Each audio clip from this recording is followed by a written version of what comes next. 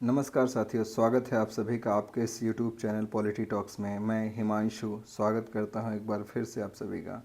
साथियों, पिछली क्लास में हम लोग प्लेटो स्टार्ट कर चुके थे और एक क्वेश्चन हमने देखा था। दरअसल एक क्वेश्चन वो हमारा 15 मिनट का हो गया था। मुझे अंदाज़ा नहीं मिल पा रहा है कि किस क्वेश्चन को कितने समय तक करना चाहिए। बहरहाल हम लोग सीख ले जाएंगे आगे। दरअसल ज़रूरी ये है कि हम लोग जो चीज़ें सीख रहे हैं, एक क्वेश्चन नहीं था वो, एक क्वेश्चन वो केवल देखने के लिए था, लेकिन उसको जिस तरीके से मैंने अरेंज किया था वो उसमें 1 से 10 क्वेश्चन हो गए होंगे आपके, और उम्मीद करते हैं आप लोगों को अच्छा ही लगा होगा। हाँ, हम जानते हैं कि आप लोगों की इच्छा है कि मैं बड़ी बड़ी लंबी लंबी क्लासेस लूँ। साथियों, अभी मेरे पास उतना समय नहीं मिल पा रहा है कि मैं लंबी लंबी क्लासेस ले पाऊँ, लेकिन हाँ, भविष्य में ज़रूर हो सकता है कुछ समय बाद अभी मैं फ्री हो जाऊँगा, तो उसके बाद आपकी लंबी लंबी कक्षाएं लेकर आपका ये MCQ सीरीज़ अच्छे से कंप्लीट करा दूँगा। तो ठीक है, तो हम लोग शुरुआत करते हैं, देखते हैं फिर से क्या है कुछ आज खास अपने सेशन में।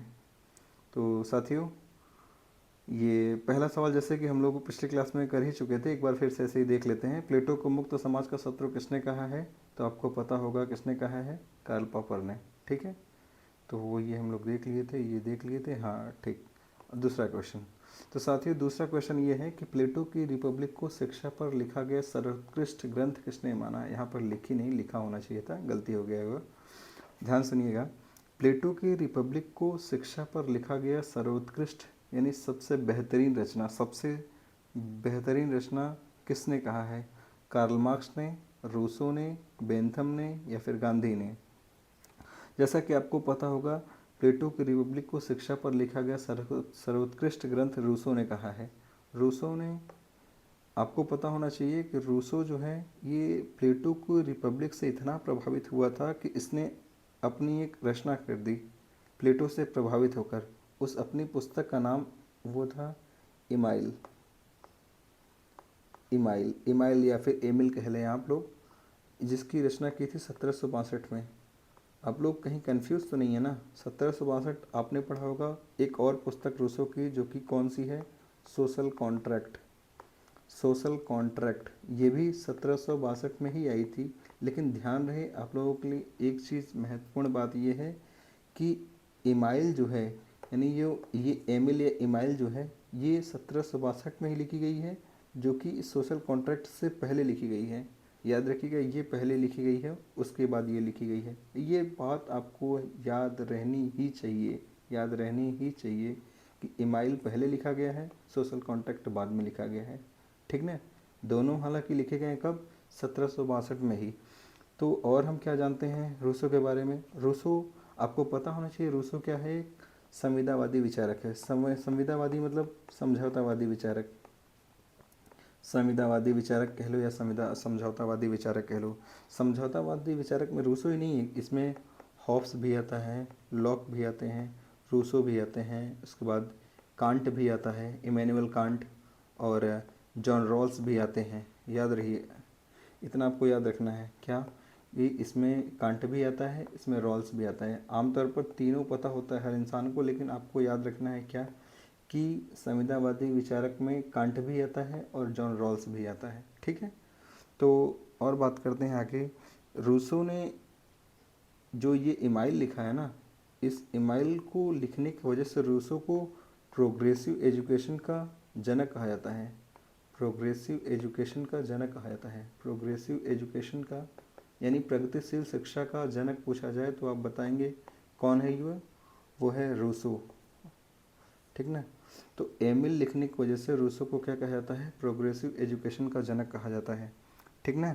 और अपने इस एमिल पुस्तक में ही रूसो ने धार्मिक शिक्षा का विरोध किया है। याद रखिएगा, पूछा जाएगा आपसे ये कि रूसो ने अपनी किस पुस्तक में धार्मिक शिक्षा का विरोध किया है, तो आपको इतना याद रहना चाहिए कि रूसो ने अपनी पुस्तक एमाइल में धार्मिक शिक्षा का विरोध किया है। ठीक है साथियों, उम्मीद करता हूँ आप लोगों को ये बातें सब समझ में आ रही होंगी। ठीक है, और हम बात कर सकते हैं इसमें जो बाकी के बचे हुए ऑप्शंस हैं, इस पर भी चर्चा कर लेते हैं लगे हाथ। तो देख लेते हैं।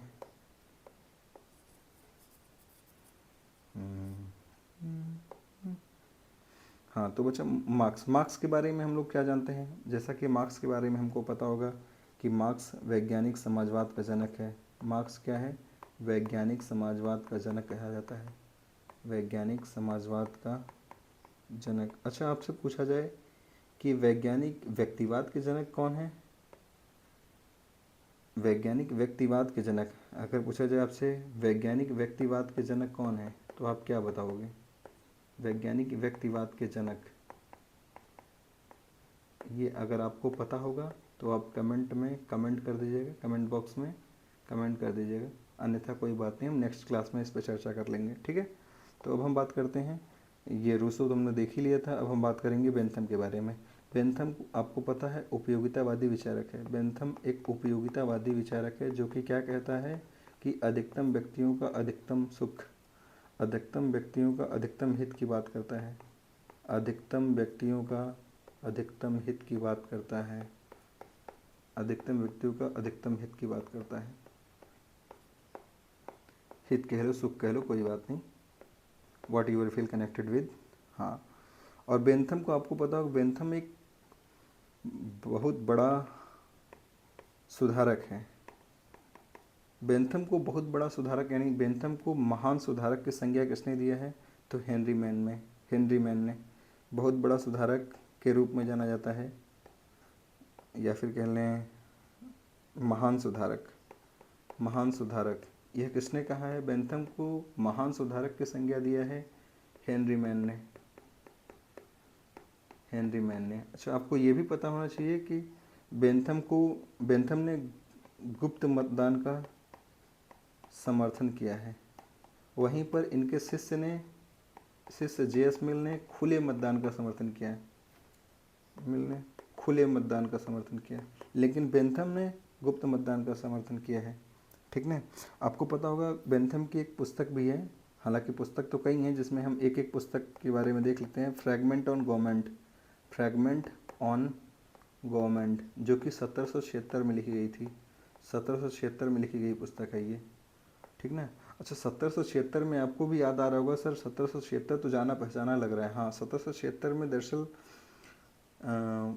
क्या नाम है उनका, एडम स्मिथ ने भी अपनी पुस्तक लिखी है। कौन सी? Wealth of nation, wealth of nation. देखो, मैं यहाँ पर इसलिए बता दे रहा हूँ ताकि आप देखो, MCQs बैच चल रहा है हमारा, ये MCQ सीरीज है, ताकि हम क्या कर सकें, जितनी सारी चीज़ें हैं एक साथ सब कंपाइल कर सकें। जितना सारा हमने पढ़ा है कि एक तरीके से क्या हम लोग अपना दिमाग 360 डिग्री में चला पा रहे हैं, नहीं चला पा रहे हैं, क्या हमें एक साथ में केवल एक ही दिशा में बढ़ पा रहे हैं, या फिर हम लोग एक साथ कई दिशाओं में बढ़ सकते हैं हम लोग, ठीक ना। वो इसलिए मैं सोच रहा हूँ जितना भी चीज़ें हों आपको यहाँ पर आप कनेक्ट कर लिए। आपको याद आ रहा होगा कि नहीं? हाँ, आपको ये भी पता होना चाहिए बेंथम ने प्राकृतिक अधिकारों की आलोचना की है। बेंथम ने प्राकृतिक अधिकारों की आलोचना की है। बेंथम ने जॉन लॉक का जो अधिकार था, प्राकृतिक अधिकार, जॉन लॉक के प्राकृतिक अधिकारों का घोर आलोचक है ये। और उसने यहाँ तक कि बेंथम ने प्राकृतिक अधिकारों की आलोचना कहते हुए कहा है कि प्राकृतिक अधिकार बकवास हैं, या अलंकारिक बकवास कहा, इन्हें अराजक भ्रम कहा, अराजक भ्रम कहा, या अलंकारिक बकवास कहा, अलंकारिक बकवास कहा, और इन्हें वैसाखियों पर टिकी बकवास भी। यानी ये शब्दावली आपको इसलिए याद रखनी है क्योंकि अगर ऐसी कोई शब्दावली आप देखते हैं प्रश्नों में तो आपको इससे उसका आंसर बनाने में सहजता प्राप्त होती है, इसलिए मैं यहाँ पर इन सब की चर्चा कर दे रहा हूँ। बैसाखियों पर टिकी बकवास, बैसाखियों पर टिकी बकवास कहा है, ठीक ने। और आपको पता होगा बेंथम ने पैनऑप्टिकन योजना, पैनऑप्टिकन योजना, पैनऑप्टिकन योजना यानी जेल सुधार से संबंधित ये एक योजना थी, जेल सुधार से संबंधित ये योजना है, जेल सुधार से संबंधित, ठीक है। तो ये सब चीज़ें याद रखनी है आपको, ठीक ना। और आपको एक बात और याद रखनी है कि बस करते हैं, इतना बहुत है, फिर अभी तो बहुत सारे ऑप्शन में हो सकता है मिल जाए बेंथम, तो उसमें भी हम बता देंगे फिर से। तो उम्मीद करते हैं आपको इतनी बात समझ में आई होगी। हमने मार्क्स भी देख लिया, रूसो भी देख लिया, बेंथम भी देख लिया। अब हम बात करने वाले हैं गांधी जी के बारे में। थोड़ा सा देख लेते हैं बस, क्योंकि हमें बहुत ज़्यादा नहीं देखना है, बस थोड़ा थोड़ा देख लेंगे हम लोग, जिससे क्या होगा, हमारा जो हम लोग पहले के पढ़े हुए हैं चीज़ें वो एक बार रिकॉल हो जाए हमारी, ठीक ना। तो बस इसलिए मैं चर्चा कर रहा हूँ। बाकी आप लोग समझदार, आप लोग इतने वर्षों से पढ़ रहे हैं, आप लोगों के पास बहुत क्षमता होगी, बहुत योग्यता होगी, आप लोग तो बहुत अच्छे होंगे पढ़ने में। बशर्ते मेरा ये उद्देश्य है कि मैं कितना से ज़्यादा आपको वो चीज़ें जो आपने पढ़ रखी हैं उसको रिकॉल करा सकूं, ठीक है। तो बस इसलिए मैं यहाँ पर इन सब चीज़ों को चर्चा कर दे रहा हूँ। तो हम लोग गांधी जी के बारे में जान जाते हैं। गांधी जी आपको पता है गांधी क्या है? एक दार्शनिक अराजकतावादी कहे जाते हैं। गांधी जी को दार्शनिक अराजकतावादी कहा जाता है, दार्शनिक अराजकतावादी कहा जाता है, दार्शनिक अराजकतावादी कहा जाता है। गांधी जी की एक पुस्तक है, आपने सुना होगा, बहुत बार प्रश्न पूछे जाते हैं कि हिंद स्वराज किसकी पुस्तक है, हिंद स्वराज किसकी पुस्तक है? तो आपको पता होगा यह गांधी जी की पुस्तक है।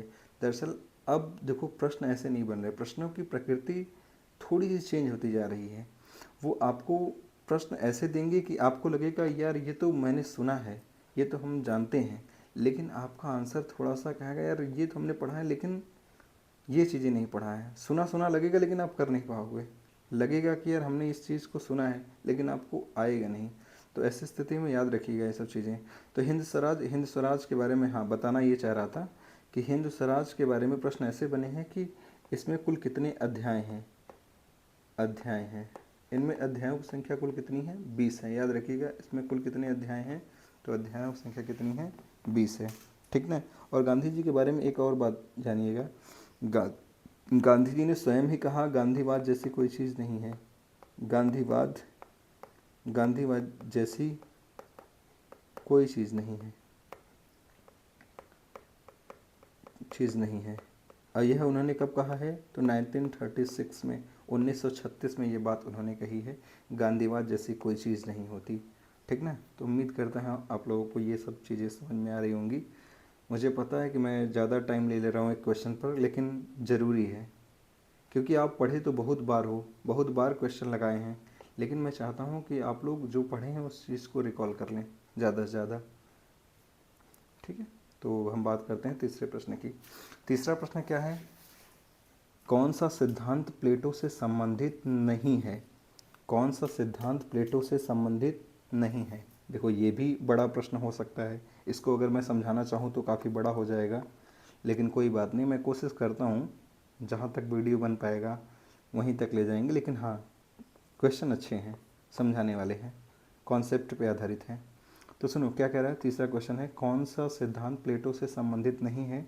तो पहला है नोएटिक मैन, ऑप्शन बी है अदृश्य हाथ, तीसरा है कानून का स्वर्ण सूत्र सिद्धांत, और चौथा है राजा एक आदर्श के रूप में। तो आप सभी को इसका आंसर पता होगा, क्या है इसका आंसर? जैसा कि आपको पता होगा, अदृश्य हाथ जैसी शब्दावली को हमने प्लेटो के संबंध में कभी नहीं पढ़ा है, ठीक ना। तो समझते हैं कि अदृश्य हाथ क्या होता है। अदृश्य हाथ के बारे में जानना है तो आप अदृश्य हाथ, यह एक पुस्तक है, इनविजिबल हैंड, इनविजिबल हैंड, जो कि 2008 में पब्लिश हुई थी। यह किसकी पुस्तक है? तो एडम स्मिथ की पुस्तक है, एडम स्मिथ। जी हाँ, अभी आपने इसके पहले वाले क्वेश्चन में एडम स्मिथ के बारे में सुना, जो कि पुस्तक इनके बारे में बताया हमने कि वेल्थ ऑफ नेशन भी इनकी एक पुस्तक है, जो कि 1776 में, अरे सॉरी एडम स्मिथ, माफ़ करिएगा, मुझे थोड़ी सी डेट में कुछ कन्फ्यूज़न हो रहा है कि 1976 थी क्या वो, माफ़ करिएगा, मुझे थोड़ा सा कन्फ्यूज़न है, मैं आपको देख कर बता दूंगा। अभी ये आप ना ही रखें इसमें यहाँ पर, ठीक है। ओ शिट, पता नहीं कहाँ गड़बड़ हो गया, कोई बात नहीं, सही हो जाएगा फिर से। ये अभी आप लोग इसको अभी मत देखिएगा, एडम स्मिथ की पुस्तक है इनविजिबल हैंड, ठीक ना। ये याद रखिएगा, डेट मुझे क्योंकि अभी क्लियर नहीं, इसलिए मैं यहाँ पे इरेज कर दिया हूँ इस चीज़ को, ठीक है। अदृश्य हाथ, देखो ये अदृश्य हाथ का जो कॉन्सेप्ट है ये एडम स्मिथ ने दिया था। एडम स्मिथ आपको पता है कि ये आर्थिक उदारवाद के जनक माने जाते हैं। आर्थिक उदारवाद के जनक, आर्थिक उदारवाद के जनक माने जाते हैं। आर्थिक उदारवाद के जनक का मतलब ये है, देखो आर्थिक उदारवाद के जनक कौन माने जाते हैं? Adam Smith. आर्थिक उदारवाद कहना क्या चाहता है? तो ये कहता है कि राज्य को बाजार में हस्तक्षेप नहीं करना चाहिए, राज्य का अहस्तक्षेप होना चाहिए। किसमें? बाजार में। यानी बाजार को मुक्त छोड़ देना चाहिए, बाजार को मुक्त छोड़ देना चाहिए। यानी बाजार अपनी मांग को, अपनी ज़रूरतों को स्वयं पूरा कर लेगा। ठीक ना? ये अदृश्य हाथ का सिद्धांत किसने दिया है? एडम स्मिथ ने दिया है। तो उम्मीद करते हैं आपको ये समझ में आया होगा। तो अब बात करते हैं अदर ऑप्शन के जो बचे हैं। देखो अब ऐसा भी नहीं है कि मैं हर एक क्वेश्चंस को, उसमें हर एक ऑप्शन को डिटेल में सभी समझाऊं। हाँ, लेकिन चीज़ें आपको मैं कोशिश करूँगा जहाँ तक हो पाएगा मैं समझाने की पूरी कोशिश करूँगा। जैसे नोएटिक मैन जैसी शब्दावली का प्रयोग प्लेटो ने अपनी रिपब्लिक पुस्तक में, देखो थोड़ा समझा ही देते हैं। देखो रिपब्लिक जो है ना, ये प्लेटो ने पुस्तक लिखी है, इसमें आदर्श राज्य की सिद्धांत दिया है, आदर्श राज्य की संकल्पना प्रस्तुत किया है। किसने? प्लेटो ने आदर्श राज्य का सिद्धांत दिया है या आदर्श राज्य की संकल्पना दिया है। आदर्श राज्य के निर्माण में इसने 3 वर्ग बताए हैं। आदर्श राज्य के निर्माण में 3 वर्ग बताए हैं। ये 3 वर्ग आपको पता होगा कौन कौन से हैं। इसमें दार्शनिक वर्ग होगा, दार्शनिक वर्ग होगा, और क्या होगा? दार्शनिक वर्ग होगा, सैनिक वर्ग होगा, और तीसरा क्या होगा? उत्पादक वर्ग, या फिर कह लें व्यापारी वर्ग, उत्पादक वर्ग। यानी रिपब्लिक पुस्तक में आदर्श राज्य के निर्माण में प्लेटो ने 3 वर्ग बताए हैं, दार्शनिक, सैनिक और उत्पादक वर्ग। ठीक ना? अब आगे बात करते हैं, इसमें कलर चेंज कर दें। अब इस आपको पता होगा कि ये दार्शनिक शासक, दार्शनिक राजा और ये सैनिक, दार्शनिक वर्ग और सैनिक वर्ग, दार्शनिक वर्ग और सैनिक वर्ग को प्लेटो ने अभिभावक वर्ग की संज्ञा दे दिया। अभिभावक वर्ग की संज्ञा दिया। ठीक ना? अभिभावक वर्ग को संज्ञा देता है। अभिभावक वर्ग को ही संरक्षक वर्ग भी कहा जा सकता है, संरक्षक वर्ग। अब जिनके लिए ही क्या था, आपको पता होगा कि अभिभावक वर्ग के लिए ही प्लेटो ने संपत्ति और पत्नी का साम्यवाद जैसी अवधारणा दिया है। संपत्ति एवं पत्नी का साम्यवाद जैसी अवधारणा देता है। ठीक ना? अब हम आगे बात करते हैं। आदर्श राज्य के निर्माण में 3 वर्ग होते हैं। अगर आपसे पूछा जाए कि ये बताओ प्लेटो का आदर्श राज्य, ये निर्माण तो इसमें 3 वर्ग होंगे, लेकिन इसमें जो दार्शनिक राजा है, यानी ये जो राजा है, इस दार्शनिक राजा का आधार स्तंभ क्या होगा? यानी ये दार्शनिक राजा इसमें तैयार कैसे होगा, इसको बनाया कैसे जाएगा? तो इसके लिए प्लेटो ने आधार स्तंभ बताए हैं। प्लेटो का आधार स्तंभ किसके लिए है? ये आधार स्तंभ ये है दार्शनिक राजा कैसे बनेगा। उसके लिए इसने, जब इससे पूछा गया ये बताओ कि आपका जो दार्शनिक राजा है ये कैसे बनेगा, तो इसने ये बताया कि दार्शनिक राजा शिक्षा व साम्यवाद है।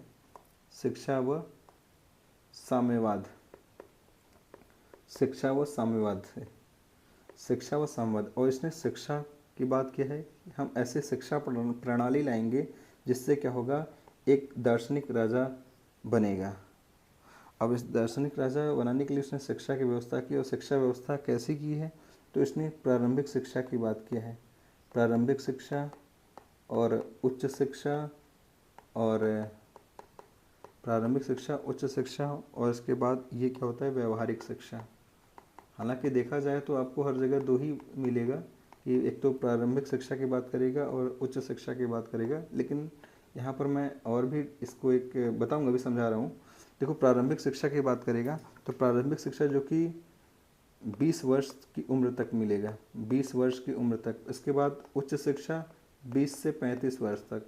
हालांकि इसमें दो भागों में डिवाइड कर दिया गया है, यानी 20 से 30 और 30 से 35, लेकिन हम लोग यहाँ पे एक मोटा समझ जाएं कि उच्च शिक्षा 20 से 35 वर्ष और प्रारंभिक शिक्षा 20 वर्ष की उम्र तक। इसके बाद यानी यहाँ से जब ये उच्च शिक्षा पास करके निकलेंगे तो उसको 15 वर्ष की व्यवहारिक शिक्षा से होकर गुजरेगा, 15 वर्ष की व्यवहारिक शिक्षा से होकर गुजरेगा।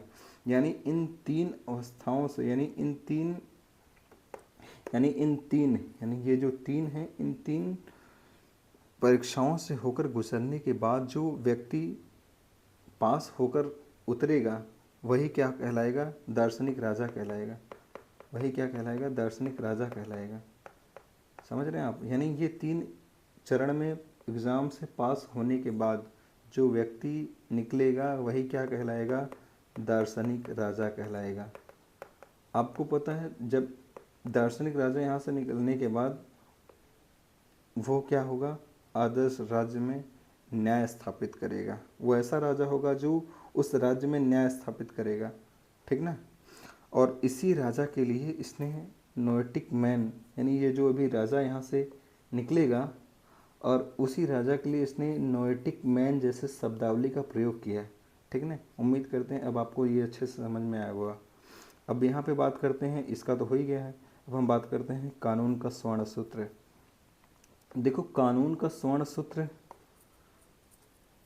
यानी कानून का स्वर्ण सूत्र की बात कर रहे हैं। देखो स्टार्टिंग में प्लेटो जो है आदर्श राज्य का समर्थन करता था। वो आदर्श राज्य की चाह रखता था कि हमारा राजा जो होगा वो आदर्श दार्शनिक राजा होगा और ऐसे ऐसे आदर्श राज्य की स्थापना होगी।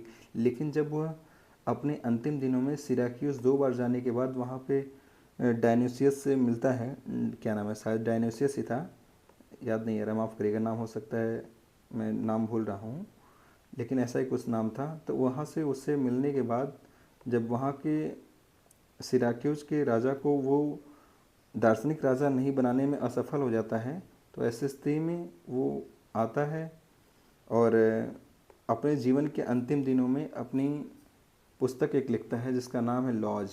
जीवन के अंतिम दिनों में एक पुस्तक की रचना करता है जिसका नाम है laws, the laws. The laws, the laws क्या है? प्लेटो की सबसे अंतिम, माफ करिएगा ये गलत है, प्लेटो की सबसे अंतिम रचना है, सबसे अंतिम रचना है, सबसे अंतिम रचना कह लो, सबसे अंतिम ग्रंथ कह लो, और ये सबसे लंबी भी है, सबसे लंबी भी है। सबसे लंबी रचना पूछा जाए प्लेटो की तो आप क्या कहेंगे? लॉज। सबसे अंतिम रचना किसकी है? सॉरी, प्लेटो की कौन सी है? तो आप क्या कहोगे? लॉज। ये कब लिखी है इसने? जीवन के अपने अंतिम वर्षों में, ठीक है। इसमें क्या कहा इसने? उप आदर्श राज्य की बात किया है, उप आदर्श राज्य की बात किया है, उप आदर्श राज्य की बात किया है इसमें इसने। इसका मुख्य विषय क्या है? द लॉज का मुख्य विषय क्या है? तो द लॉज का मुख्य विषय है विधि का शासन, विधि का शासन यानी कानून का शासन। और इसी पुस्तक में इसने एक बात और करी है, नॉक्टर्नल काउंसिल की, नॉक्टर्नल काउंसिल की। माफ़ करिएगा साथियों, हो सकता है मेरी राइटिंग आपको ना समझ में आए, लेकिन आप लोग नाम तो सुने ही होंगे, नॉक्टर्नल काउंसिल, ठीक ना। नॉक्टर्नल काउंसिल की बात किया है इसने अपनी इस पुस्तक में, द लॉज में। द लॉज को सबसे अंतिम रचना मानी जाती है, यह सबसे लंबी है, और इसका शीर्षक क्या है? उप आदर्श राज्य की स्थापना करना। मुख्य विषय क्या है इसमें? विधि का शासन। और इसमें इसी पुस्तक में नॉक्टर्नल काउंसिल की व्याख्या की थी, जिसमें 12 सदस्य थे जो गांव के सबसे बूढ़े लोग थे, यानी गांव के सबसे वृद्ध जन थे, वही लोग थे, ठीक ना। हाँ, उम्मीद करते हैं आपको समझ में आ रहा होगा ये सब चीज़ें, ठीक है। और ये तो आपको पता ही होगा, राजा एक आदर्श के रूप में, राजा को आदर्श तो होना ही था, ठीक है। उम्मीद करते हैं आपको ये अच्छा लगा होगा। अच्छा, अब आ गया फोर्थ क्वेश्चन यानी चौथा क्वेश्चन क्या कह रहा है? प्लेटो का पत्नी एवं संपत्ति का साम्यवाद। अब देखो बात यहाँ पर क्या हो रही है, प्लेटो का पत्नी एवं संपत्ति का साम्यवाद क्या है। तो ऐसी स्थिति में इसका ऑप्शन सुन लें पहले, उसके बाद हम लोग चर्चा करने वाले हैं। प्लेटो का पत्नी एवं संपत्ति का साम्यवाद अव्यवहारिक है या व्यवहारिक है, खतरनाक अवधारणा है या अपनाने योग्य है। ठीक ना। तो इस प्रश्न को समझने से पहले या उसका उत्तर जानने से पहले, हालांकि आपको पता होगा इसका उत्तर क्या होगा, आपको पता है इसका उत्तर क्या होगा, अव्यावहारिक होगा या फिर खतरनाक अवधारणा होगा, ठीक ना। आपको यही दोनों में से ए और सी में से आपको एक होगा, इतना तो क्लियर है कि ये व्यवहारिक नहीं है, अपनाने योग्य नहीं है। तो ऐसी स्थिति में ये दोनों में से कौन सा ज़्यादा बेहतर होगा, ये हम समझने के लिए पहले हम समझेंगे कि साम्यवाद का। बहरहाल इसमें भी कोई कन्फ्यूज़न नहीं है, ये तो आप सीधे सीधे समझ सकते हैं क्या होगा, इसका आंसर अव्यवहारिक है। तो हम सबसे पहले ये समझेंगे प्लेटो का पत्नी एवं संपत्ति का साम्यवाद आखिर है क्या। इसको समझने से पहले हमें ये समझना पड़ेगा कि ये क्वेश्चन कहना क्या चाह रहा है, ठीक है। तो हम बात करने वाले हैं संपत्ति के। पहले हम बात करते हैं संपत्ति का साम्यवाद क्या है, उसके बाद पत्नी का साम्यवाद की बात करेंगे हम लोग। देखो मैं बोल ज़्यादा दे रहा हूँ, उसके बाद आप लोग लिख लीजिएगा, पर आपको जहाँ न समझ में आए आप लोग वीडियो पॉज करके अपने से लिख सकते हैं, जहाँ न समझ में आए आप कमेंट बॉक्स में कमेंट भी कर सकते हो, ठीक है। तो हम बात करते हैं संपत्ति का साम्यवाद। संपत्ति का साम्यवाद क्या कहता है, शासक और रक्षक वर्ग की सारी संपत्ति सामूहिक होनी चाहिए। यानी संपत्ति का भाग साम्यवाद क्या कहता है कि शासक और सैनिक वर्ग है, इसकी सारी संपत्ति सामूहिक होनी चाहिए, कोई निजी स्वामित्व नहीं होगा, सभी की आवश्यकताएं राज्य द्वारा पूरी की जाएंगी। ऐसा इसलिए ताकि वे धन संपत्ति इकट्ठा करने में न लग जाएं, नहीं तो फिर राज्य की सेवा कौन करेगा, समझ रहे हैं आप। इसीलिए इसने संपत्ति के साम्यवाद की बात कही है। और ऐसे ही पत्नी का साम्यवाद ये कहता है कि प्लेटो ने कि पत्नी के साम्यवाद के संबंध में कहता है कि रक्षक वर्ग में यानी सैनिक वर्ग में व्यक्तिगत परिवार की व्यवस्था नहीं होनी चाहिए। यानी सैनिक वर्ग में देखा जाए तो सैनिक वर्ग ही नहीं, दार्शनिक वर्ग यानी दार्शनिक राजा और सैनिक वर्ग यानी इनके पास अपनी ना है तो पत्नी होनी चाहिए, ना ही क्या होनी चाहिए, संपत्ति होनी चाहिए खुद की, ठीक ना। और ऐसा इसलिए ताकि क्या हो, इनमें धन संपत्ति ना हो या फिर पत्नी या परिवार के प्रति कोई मोह ना लग जाए, जिससे ये राज्य पर ध्यान न दे पाएँ, ठीक ना। इसलिए तो पत्नी का साम्यवाद क्या कहता है कि जो अभिभावक वर्ग है, अभिभावक वर्ग को व्यक्तिगत परिवार की व्यवस्था नहीं होनी चाहिए, वहाँ पत्नी और संतान साझा होंगी। यानी इसमें पत्नी के साम्यवाद में या परिवार के साम्यवाद में पत्नी और संतान क्या होगी, साझा होगी। अर्थात कोई नहीं जानेगा कि कौन किसका पुत्र है, कौन किसका बच्चा है, कौन किसकी पत्नी है, ठीक ना। इसलिए ऐसी व्यवस्था करता है। और इसीलिए तो अरस्तु कहता है क्या, अरस्तु ने इसलिए कहा है कि प्लेटोवादी पुत्र होने से तो बढ़िया है कि अपने निकट संबंधी का पुत्र होना। इसीलिए अरस्तु कहता है क्या कि प्लेटोवादी पुत्र होने से तो बहुत बढ़िया है कि अपने निकट संबंधी का पुत्र होना, ठीक है। और आपको पता होगा कि पत्नी के साम्यवाद में यानी परिवार के साम्यवाद की बात में ये कहता है कि बच्चों का पालन पोषण राज्य करेगा, ताकि सभी बच्चों में समानता और राज्यों के प्रति निष्ठा बनी रहे, न कि परिवार या निजी हित के प्रति, समझ लेना, ठीक है। अच्छा, एक बात आपको शायद ये कन्फ्यूज़न क्रिएट कर रहा होगा कि अच्छा सर, प्लेटो के साम्यवाद और मार्क्स के साम्यवाद में क्या अंतर है। देखो, मार्क्स का साम्यवाद अलग था और प्लेटो का साम्यवाद अलग था। प्लेटो का साम्यवाद जो है आर्थिक या वर्ग संघर्ष समाप्त करने वाला साम्यवाद नहीं है जैसा कि मार्क्सवाद का था, बल्कि प्लेटो का जो साम्यवाद है यह नैतिकता और राजनीतिक उद्देश्य से प्रेरित है। ताकि शासक और रक्षक स्वार्थी न बने, उनके मन में मेरा और तेरा भाव न हो और वे पूरे राज्य का कल्याण करने के लिए काम करें, ठीक है। उम्मीद करते हैं आपको ये बात समझ में आ रही होगी, ठीक है। तो इसका आंसर क्या होगा, माफ़ करिएगा, ये क्या होगा, इसका आंसर व्यवहारिक होगा, ठीक, अव्यवहारिक होगा, ठीक ना। इसका आंसर अव्यवहारिक होगा। अच्छा, ये खतरनाक अवधारणा, ये क्यों नहीं हो सकता इसका आंसर। अच्छा, खतरनाक अवधारणा, देखो जरूरी नहीं कि जो खतरनाक अवधारणा हो वह व्यवहारिक ना हो।